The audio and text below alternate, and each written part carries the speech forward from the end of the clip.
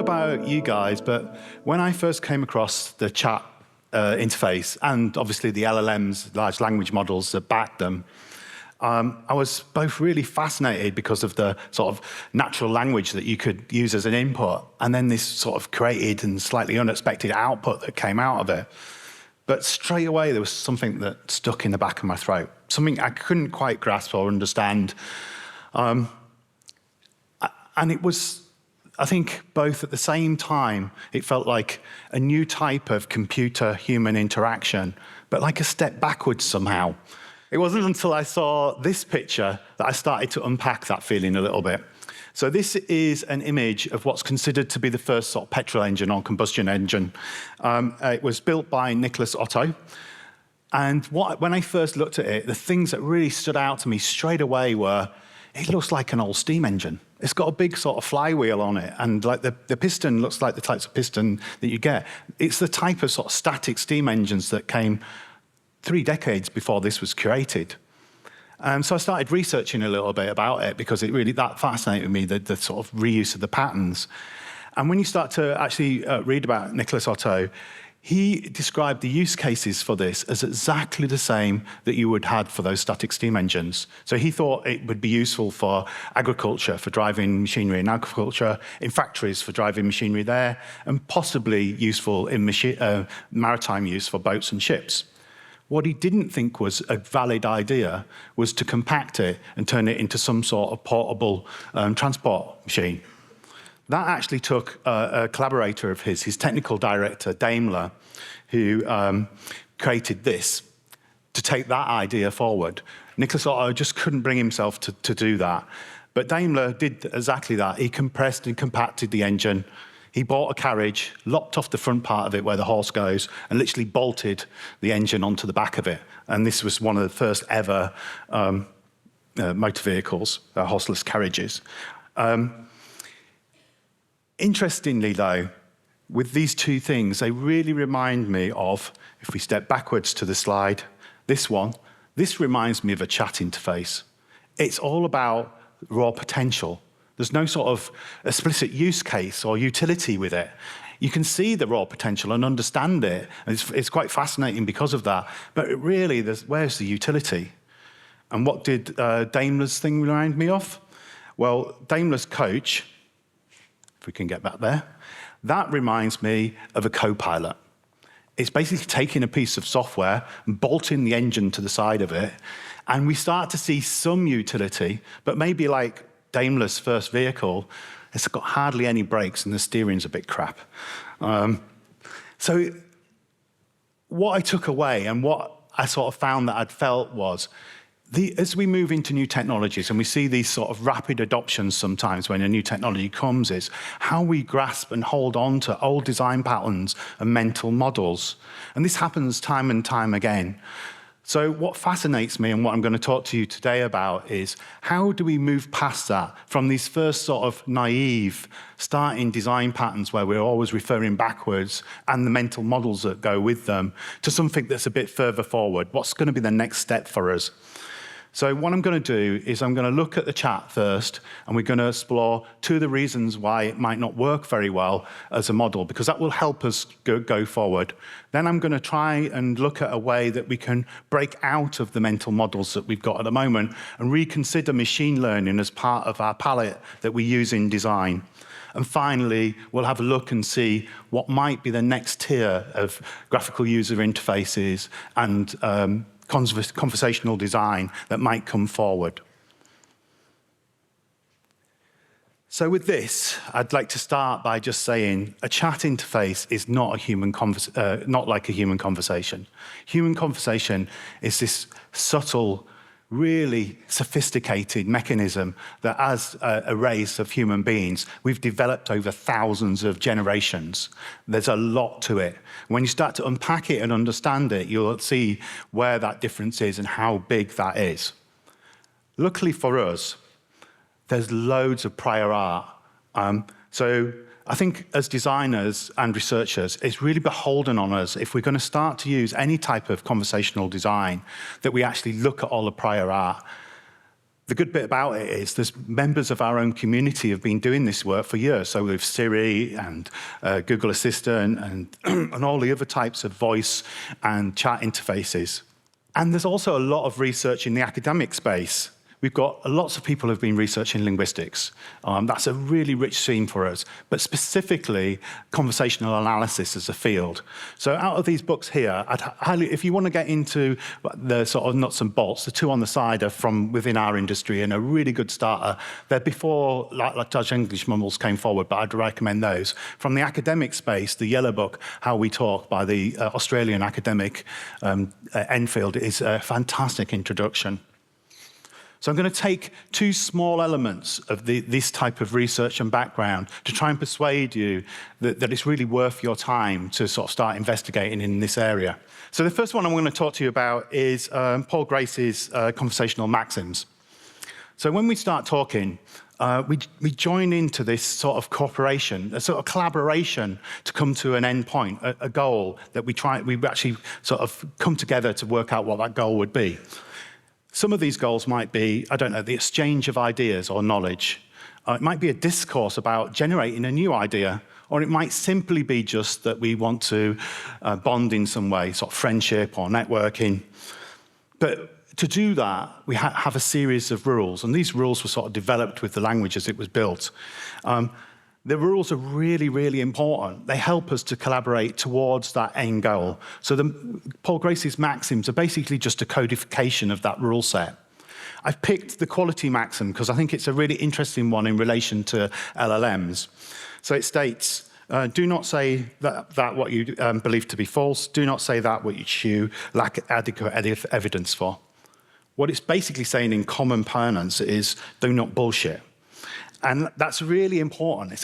It's really important because when we don't know something, we express uncertainty.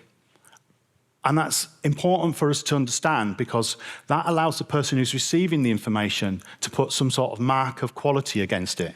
So if someone asked me about a car engine and how to fix it, I'd probably say I don't know, because I really don't know about car engines, so that's the truth. But I also might say, well, I've got some knowledge and qualify that knowledge. On the other side of that, the person who's listening might actually question me about credibility. So later on today, when I'm out there and we're having coffee, someone might ask me about how many projects I've done in machine learning and what type of input I had into them. So they can put a mark of quality against the information that I've passed to you today. This is the opposite side of the coin to the whole hallucination issue. So for us, if we don't know something, we use this mechanism to always keep a level of quality in our conversations. And it allows us to attribute that quality to the things that we know and learn.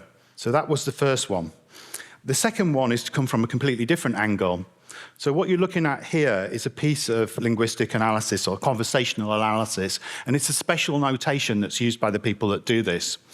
All of these symbols that you see are about the raising of tone or lowering of tone, the intonation, how fast we speed up words or slow them down. This is really important. It relates specifically to this fantastic ability that we all have as human beings when we're joining in conversations, which is called projection. Projection is the art to understanding when someone's going to finish taking their turn in a conversation or hand over the turn to you. We actually do this in a multimodal way. So, we use glances from our people's eyes and gestures.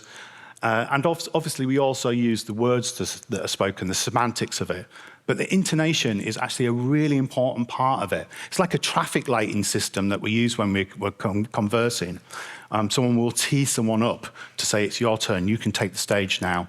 Or on the other side, you can actually do something called back channeling, where you can make utterances that suggest to someone that you want to take this turn. And why is this important? Well, if we look at LLMs and large language models, specifically the ones that are built for doing chat, there's two sort of tiers to training them.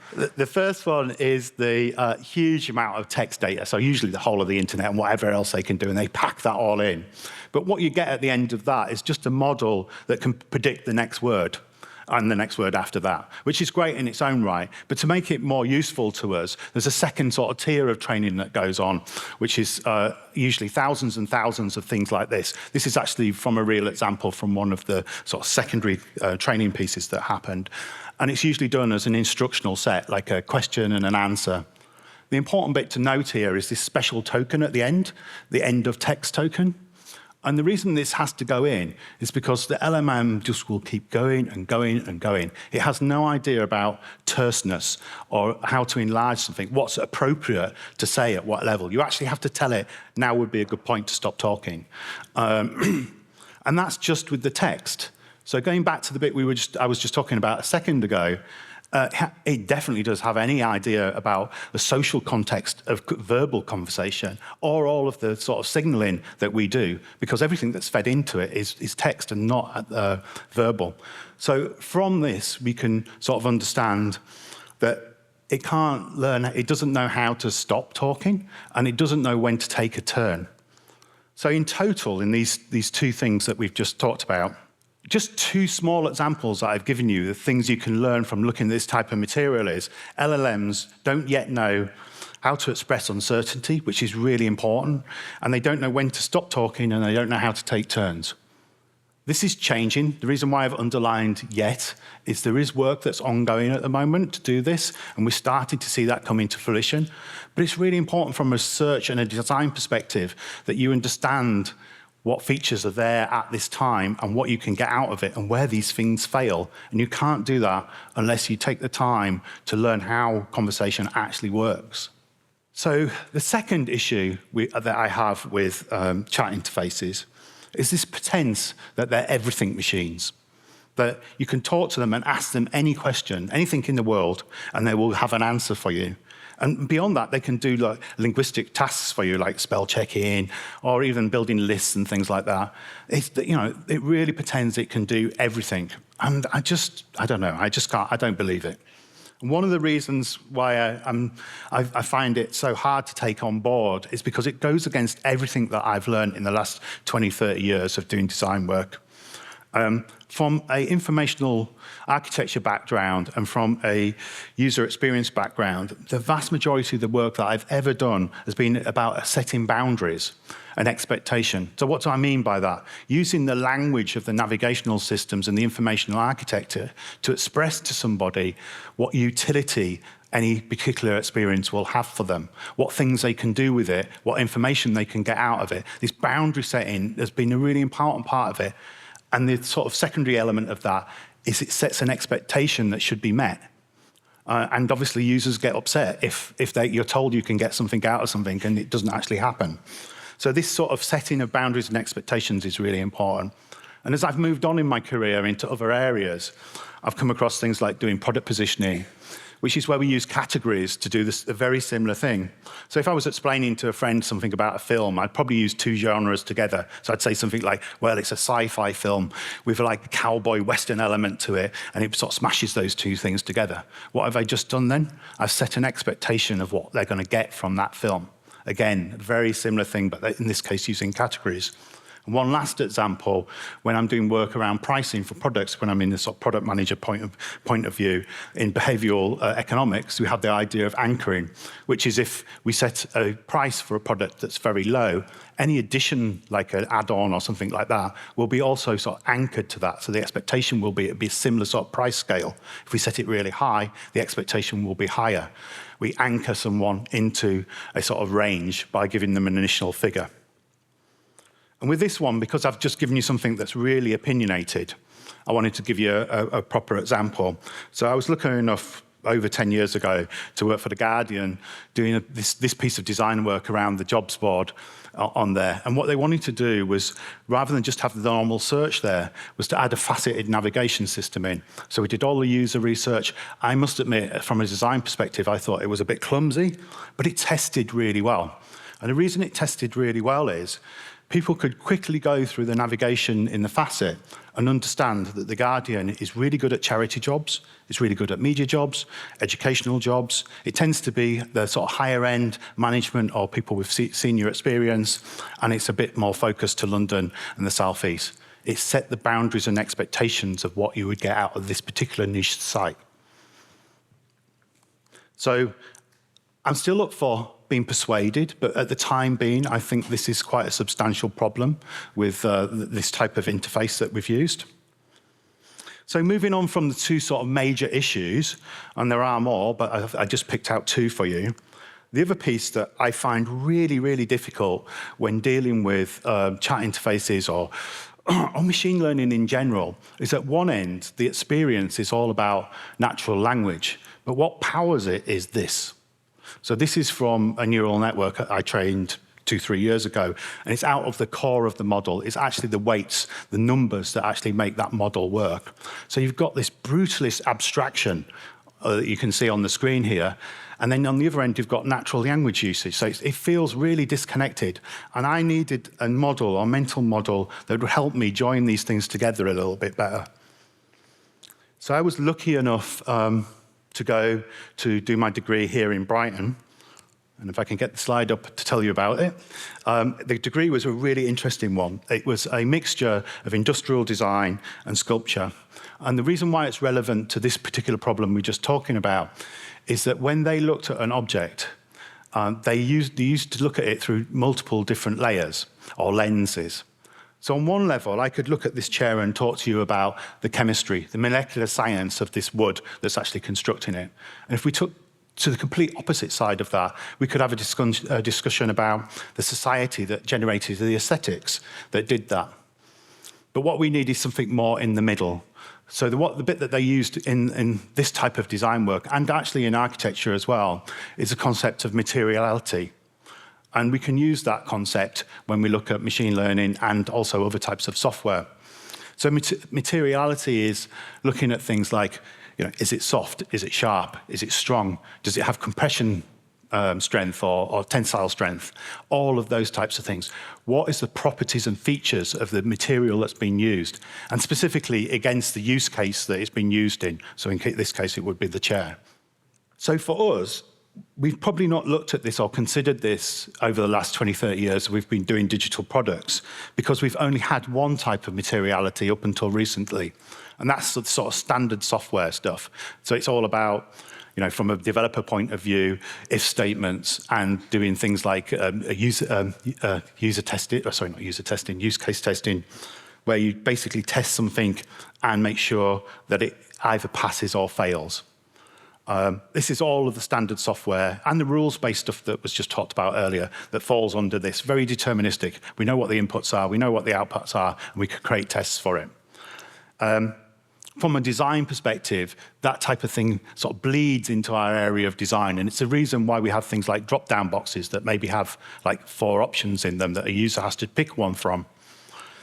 If they come to this drop-down box and they find the option they want, that's all fine and good.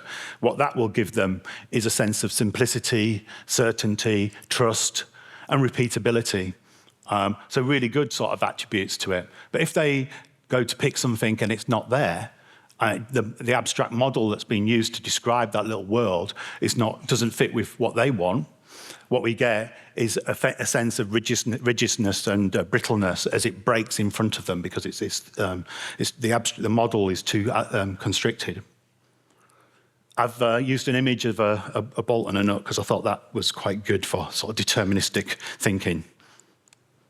About 10 years ago, though, it was good to see the history before this, but about 10 years ago, we really started to see machine learning come into the digital world. So this is the first type of machine learning, so the predictive type of machine learning. So I'm talking about classification. So taking an article and having a system decide whether that's news, sports, politics, or art.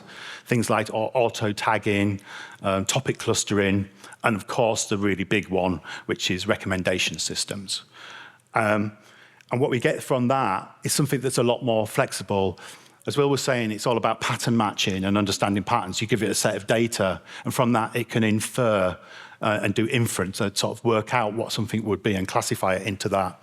This type of machine learning feels adaptive, very flexible and quite expansive, but we start to bring in uncertainty into the sort of feel of how it operates. I've sort of split this up, machine learning up into 2 areas because, I need to say that picture that was up there was a picture of a dice, which was carved in a bone and found up in the Northern Isles of Scotland. It's 5,000 years old. It was the oldest article, physical article I could find that sort of expresses the understanding of probabilistic thinking. The next one on is generative AI, the new type of machine learning that we're starting to see. The picture here is a dice again, but in this case, generated by Midjourney, its view of what a 5,000-year-old dice would look like. And here again, we have another series of sort of slightly different properties that are coming forward. So here we get a sense of creativity. It can generate new things from scratch or by translating from Word or text or another image. It's never fully repeatable. So if you start to change a prompt, even by the smallest amount, you might get a radically different outcome from the prompt that you put in there. And it's iterative. It's like most creative processes. We start to decide that we want to try and iterate on them. So we've sort of split it into 3 different types for you. A type of materiality that's around the sort of deterministic stuff, and 2 versions of probabilistic machine learning. And for me now, that's how I look at new products or new experiences. It's like a journey that you map through, where the textures start to change as you transition from one to another. And it's really important as designers, I think, that we understand those transitions and the expectations that we're setting in our designs. Because if someone's expecting something that's trustful and repeatable, and you give them something that's creative, or vice versa, you're going to have a very jarring type of experience. And I think we've already started to see that with some of the things that have been built. And from looking at it in this way, I start to have now a different perspective on some of the things that I'm listening to or seeing out in the design world. And this piece from a podcast that I listened to, a really interesting podcast I listened to just recently with Henry Morset. He's the head of design for Perplexity AI.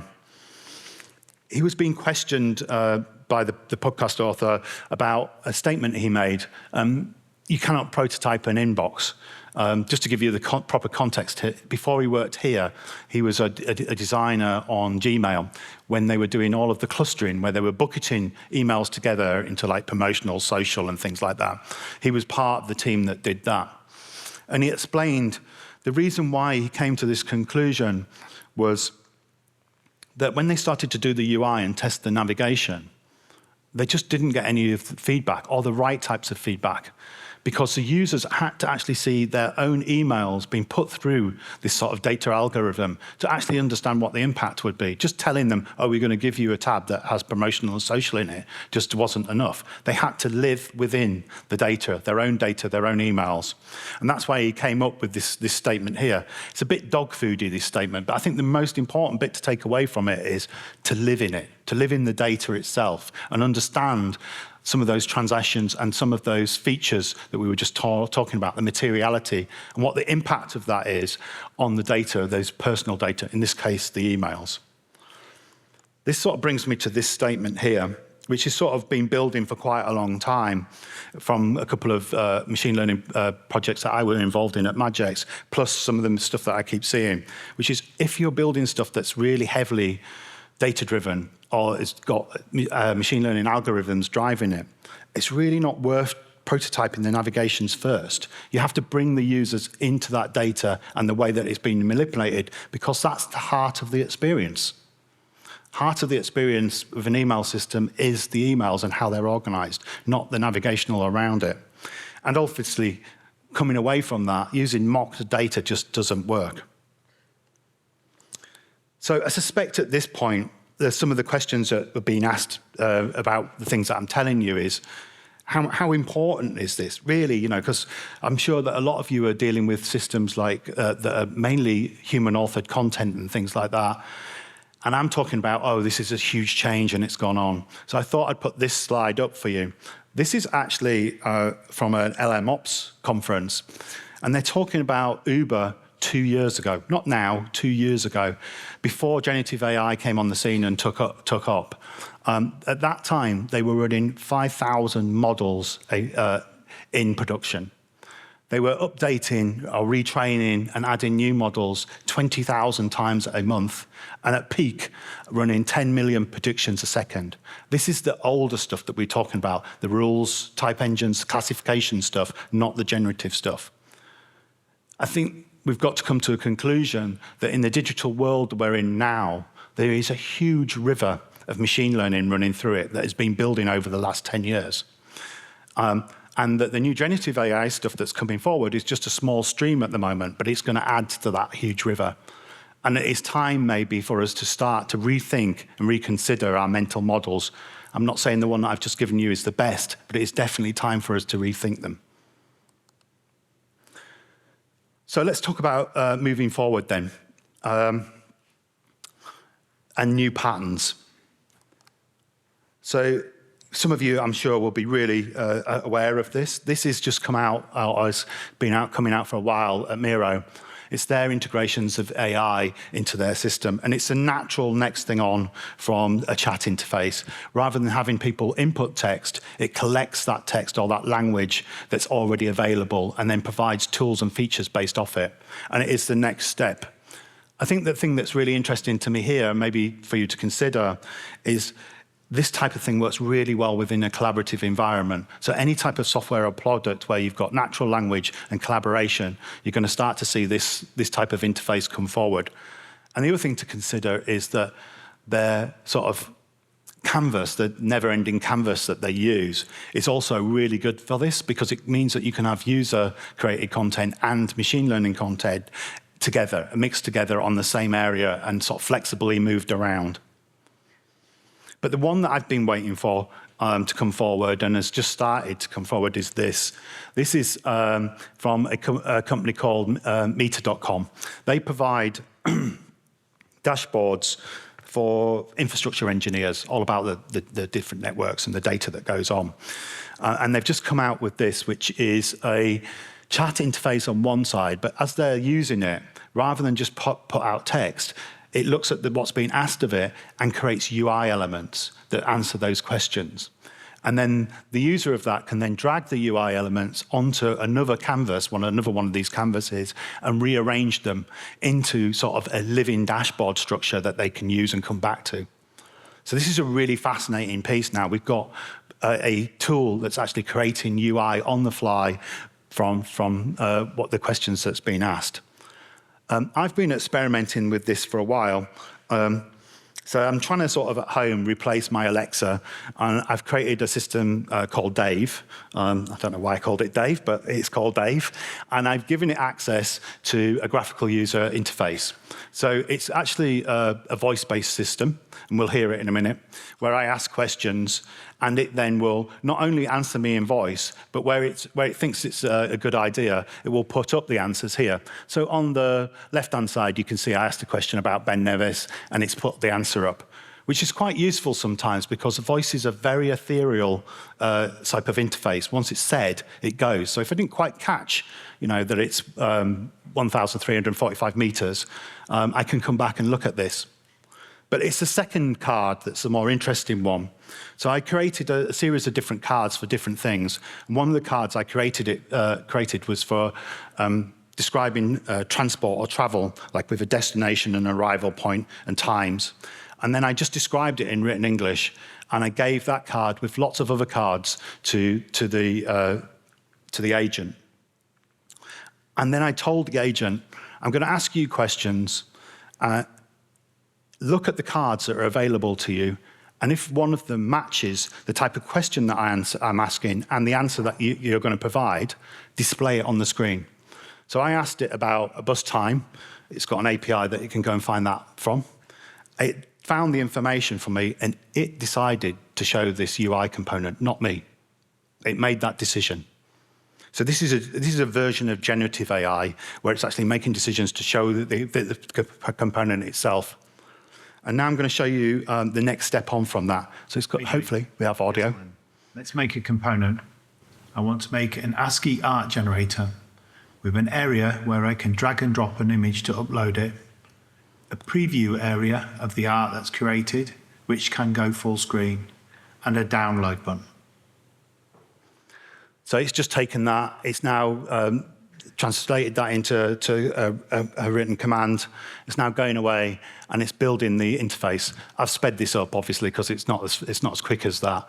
But what it actually did in that time was there was no component, no pre-built component like last time. It actually created the HTML on the fly, the CSS on the fly, and all of the JavaScript to make that work, wrapped it all into a nice component, and actually then posted that onto the graphical user interface for me to do.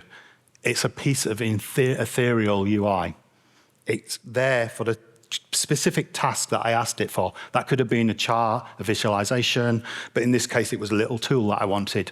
I can then use that, and then when I've finished with it, click and it disappears. And that's another step forward in this area. So what we can see from that is the beginnings of something really interesting. If we can bring in conversational UX, and that is an if, because as I talked earlier, there's some issues with conversational design and the way that LLMs can do that at the moment.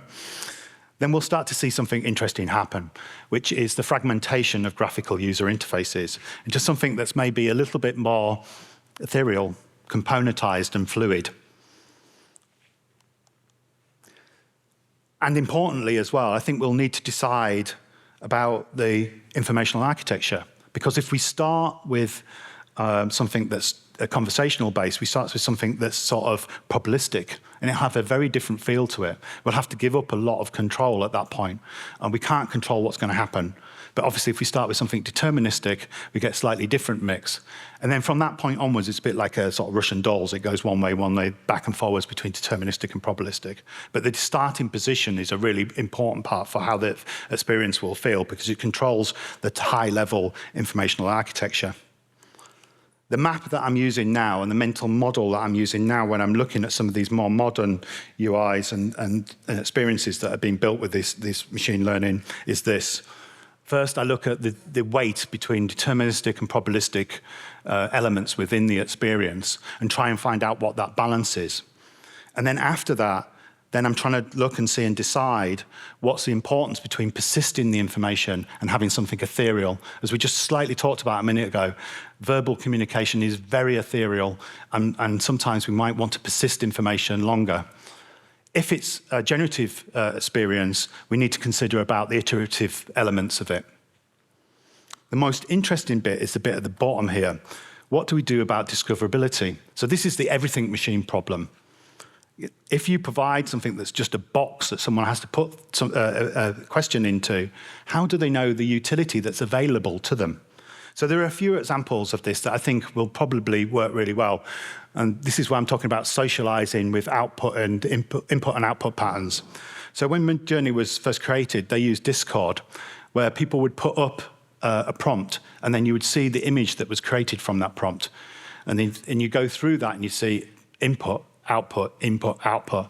And by looking at these patterns over and over again and seeing how people modifying the prompts would change the output, we build a sort of understanding of the boundaries and edge of the utility of that particular tool. So it's a sort of way of socializing that thing without explicitly putting it into a sort of more structured informational architecture and navigation. Another example of that would probably be something like Zapier, where you've got thousands of integrations and many thousands of ways of mixing them together. So they publish lots and lots of recipes so people can understand the utility of that particular application.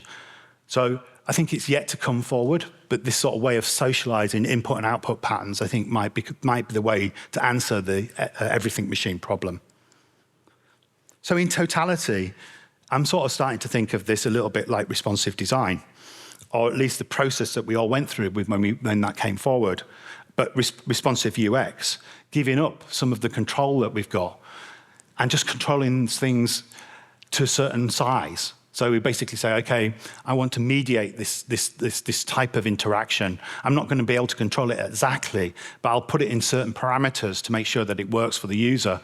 But I'll understand as well that the types of navigation that are going to come forward are going to flex around that. So responsive UX, where we've got non-deterministic navigation, a mix of graphical user interface and conversational interface to try and get that balance between persistence and etherealism. And then a socialized discovery mechanism for use. But that's not really what I want to leave you with at the end of this conversation. because what I've really shown you is it's not so much the ideas. I hope you've got something out of the ideas, but a very sort of personal and open view of how I've been exploring and trying to challenge myself in the face of a new technology that seems to be raising really quickly, challenge my own perceptions about what the current state of design is, how we can look at building new mental models, and then allowing myself to think forward to how that might play out. And I hope in doing so, it gives you some tools that you might be able to do as well. Thank you very much.